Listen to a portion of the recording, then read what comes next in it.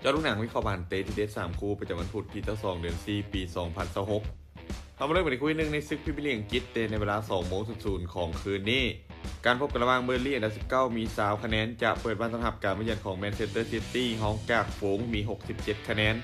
เบอร์ลี่เจ้าบ้านมีฟอร์มการลิ่นล่าสุดถือว่าบ่ค่อยดีโดยแพ้4จาก5เกมหลังสุดทีมยังคงมีปัญหาในเรื่องเกมรับที่เสียประตูง่ายรวมไปถึงเกมบุกที่ยิงประตูค่อนข้างฟืดส่วนซิตี้ทีมเยือนมีฟอร์มการเล่นในช่วงหลังที่ค่อนข้างฮ้อนแฮงด้วยการเก็บชัยชนะได้4นัดติดต่อกันในทุกรายการทีมกำลังมีความมั่นใจโดยเฉพาะเกมล่าสุดที่สามารถเปิดบ้านเอาชนะอาร์เซนอลมาด้วยสกอร์2-1เมื่อจากภาพรวมในเกมนี้ซิตี้ทีมเยือนพวกเขายังคงดูดีกว่าในทุกด้านไม่ว่าจะเป็นศักยภาพผู้เล่นฟอร์มการเล่นและความมั่นใจมีโอกาสค่อนข้างสูงที่พวกเขาจะเก็บชัยชนะไปได้แบบบ่ยากการคาดการณ์สกอร์ที่น่าจะเกิดขึ้นแมนเชสเตอร์ซิตี้จะบุกมาชนะเบอร์ลี่ไปด้วยสกอร์3-0มาตอนที่2ยูนิซิกพรีเมียร์ลีกอังกฤษเตะในเวลา20:00ของคืนนี้การพบกันระหว่างบอลมัดอันดับ8มี48คะแนนจะเปิดบ้านต้อนรับการมาเยือนของลีดยูไนเต็ดอันดับ15มี39คะแนนบอลมัดเจ้าบ้านพวกเขามีฟอร์มการเล่นที่ดีขึ้นจากช่วงหลังเกมบุกของทีมถือว่าประดิษฐ์สกอร์ได้อย่างต่อเนื่องเกมรับก็เหนียวแน่นขึ้น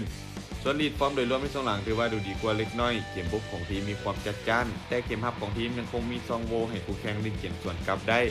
ภาพรวมเกมนี้ค่อนข้างสูสีบอลหมัดพวกเขาได้เปรียบในเรื่องการเล่นในบ้านส่วนลีดพวกเขามีจุดเด่นในการเล่นเกมสวนกลับไว้และการเพรสซิ่งหนัก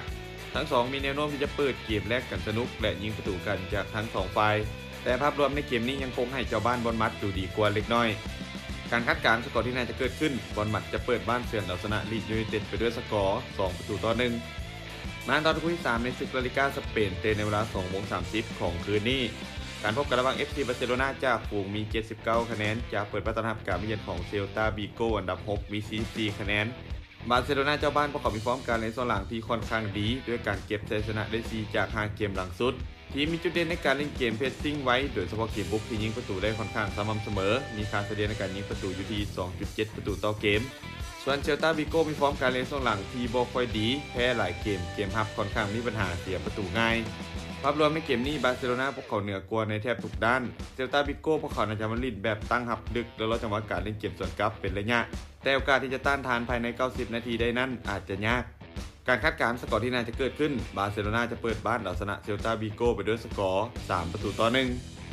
สุดท้ายนี้แต่คนสนใจแนวทางดีๆแบบนี้อย่าลืมกดไลค์กดแชร์ออกไปเพื่อเป็นแนวทางเพิ่มเติมและใครสนใจอยากลงทุนสามารถกดลิงก์ผ่านหน้าซ่องได้เลยเด้อ